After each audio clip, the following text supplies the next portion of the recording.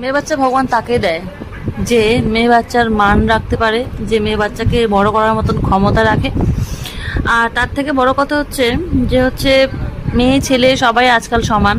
মেয়েরা যেই কাজ করতে পারে ছেলেরাও সেই কাজ করতে পারে। এবার সমাজ কিছু কিছু বিধিনিষেধ, এমন নিয়ম কত কিছু তৈরি করে দিছে যে যেখানটা থেকে কিন্তু মেয়েরা আলাদা ছেলেরা আলাদা, ঠিক আছে। কিন্তু মন মানসিকতার দিক থেকে দেখতে গেলে মানে ছেলে মেয়ে উভয়ই কিন্তু সমাজটাকে তৈরি করছে, ঠিক আছে। তারপরে কিন্তু সেই সমাজটা ছেলে মেয়েকে আলাদাভাবে এমন একটা বন্ধনের মধ্যে করে দিছে যে যেখান থেকে ছেলে মেয়েরা একে অপরের মানে একটা যাই হোক, আমি এখন একটা কথাই বলতে চাচ্ছি যে এই যে মেয়ে, এই যে সন্তান, এই সন্তানটাকে আমরা কত সুন্দর করে ছোটো থেকে কত যত্ন করে কত মায়া করে বড় করি।